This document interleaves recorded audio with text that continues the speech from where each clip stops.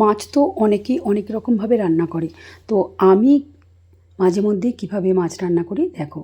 তো বাজার থেকে যখন কোনো টাটকা মাছ নিয়ে আসে, তখন এই মাছটা আমি প্রায় সময় আমার বাড়ির জন্য বানাই। তো দেখো, প্রথমেই আমি নুন হলুদ মাখিয়ে রাখা মাছ নিয়ে নিলাম। তো ওই মাছগুলো আগে থেকে নুন হলুদ মাখিয়ে রেখে দিয়েছিলাম। তো এই মাছগুলোকে নিলাম, একটা কড়াইয়ের মধ্যে মাছগুলোকে নিয়ে নিলাম, মানে যে কড়াইটাতে আমি পুরো মাছটা রান্না করব। তো ওইগুলো নিয়ে নিলাম। তারপরে আমি একে একে লঙ্কার গুঁড়ো, তারপর হলুদের গুঁড়ো, আর তার সাথে একটু কাশ্মীরি লঙ্কার গুঁড়ো, এটা অবশ্য কালারের জন্য, বেশ মাছের রঙটা একটু লালচে লালচে দেখতে হবে তাই দিলাম। তো যাই হোক, এটাকে নিয়ে আমি একটু ভালো করে বেশ মাখিয়ে নিলাম। সুন্দর করে মাখিয়ে নিলে কী হবে, মাছের মধ্যে বেশ মশলাটা ভালো করে ঢুকে যাবে। তো যাই হোক, এটাকে পারলে এমনি করলেও হয়, তো যখন যেমন সুযোগ হয় আমি এরমভাবে মাখিয়ে নিই। তো মাখিয়ে নেওয়ার পর ভালো করে মশলাটা মাখিয়ে নেওয়ার পর দেখো, একটা পেস্ট দিলাম। এই পেস্টের মধ্যে আছে কালো সর্ষে, সাদা সর্ষে, পোস্ত, কাঁচা লঙ্কা আর একটু নুন। এই নুন দেওয়ার কারণে কী হয়, সর্ষে বাটাটা থাকলে এইটা মশলাটা তেঁতো হয়ে যায় না। অনেক সময় দেখবে সর্ষে বাটা থাকলে না, মাছের মধ্যে কেমন একটা, সর্ষে বাটাটার মধ্যে কেমন তেঁতো তেঁতো ব্যাপার থাকে। তো এইটাতে যদি তুমি নুন দিয়ে বাটো, তো তেঁতোটা হয় না। তো সেই জন্য আমি এখানে এখন কিন্তু নুন দিইনি। তো আমি ওই মশলাটাকে দিয়ে বেশ ভালো করে মাখিয়ে নিলাম। তারপরে আমি দিয়ে দিলাম কয়েকটা টমেটোর টুকরো। তারপর একটা গোটা টমেটোর টুকরো এখানে আমি দিয়ে দিয়েছি, আর কয়েকটা গোটা 4-5 কাঁচা লঙ্কা চেরা দিয়ে ওটাকেও একটু ভালো করে মাখিয়ে নিলাম। বেশ ভালো করে মাখিয়ে নিলাম পুরো এটাকে, যাতে ভালো করে মাছটার মধ্যে ঢুকে যায়।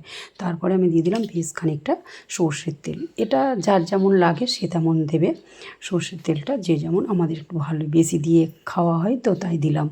তো যাই হোক, সর্ষের তেলটা দেওয়ার পর আমি এর মধ্যে কী করলাম, একেবারে পরিমাণ মতো জল দিয়ে দিলাম। এই পরিমাণ মতো জল দিয়ে ভালো করে মশলাটার সাথে জলটাতে মিশিয়ে দিলাম, যাতে পুরো মশলাটা কোথাও জমে জমে না থাকে। মাছের মধ্যে, জলটার মধ্যে মশলাটা সুন্দর করে মাখিয়ে নিয়ে একটা গ্যাসের আঁচে বসিয়ে দিতে হবে। প্রথম পর্যায়ে গ্যাসের আঁচটা একটু জোরে দিলেও, যাতে মাছটা ফুটে যাওয়া পর্যন্ত, একটু ফুটে উঠলে গ্যাসটাকে কমিয়ে দিয়ে তারপরে একটা ঢাকা দিয়ে দিতে হবে। ওই অল্প আঁচে মাছটা ফুটে ফুটে দেখবে সুন্দর হয়ে যাবে।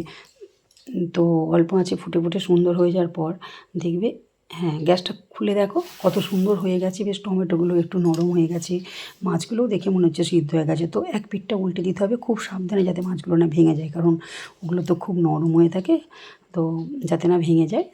তো তাতে সেটা খেয়াল করে মাছগুলোকে একটু উল্টে দিতে হবে। এরপরে একটু কাঁচা সর্ষের তেল আবারও দিয়ে দিতে হবে, যাতে মাছটা বেশ, নামানোর আগে একটু কাঁচা সর্ষের তেল দিলে খেতে বেশ ভালো লাগে।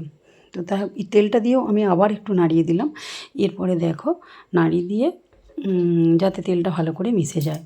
তো আমি অল্প একটু নুন দিয়ে দিলাম, কারণ তখন আমি নুন দিইনি, যেহেতু ওই মশলার মধ্যে নুন ছিল আর মাছের মধ্যেও আগে থেকে নুন মাখানো ছিল, সেই জন্য নুনটা আমি আগে থেকে দিইনি।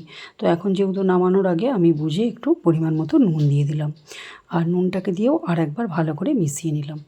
মিশিয়ে নেওয়ার পর কী করলাম দেখো, ফুটে উঠেছে, এবার মাছটা প্রায় হয়ে এসছে। এই সময় আমি কী করব, একদম কয়েকটা গোটা কাঁচা লঙ্কা ওর মধ্যে দিয়ে দেবো, এতে বেশ দেখতেও ভালো লাগে আর কাঁচা লঙ্কার একটা সুন্দর ফ্লেভার বেরোয়। তো দেখো, এরমভাবে একটু ফুটে ওঠার পর আমি কী করব, মাছের ঝাল আমার কমপ্লিট, তখন আমি চাপা দিয়ে গ্যাসটা অফ করে দেবো। তো দেখো, এইভাবে মাছ রান্না করলে মাছটা সত্যি খেতে খুব সুন্দর হয়, আমার বাড়ির সকলে খুব ভালোবাসে। তো তোমরা একবার পারলে একবার ট্রাই করে দেখো, কেমন লাগলো আমাকে কমেন্ট করে জানাবে। টাটা।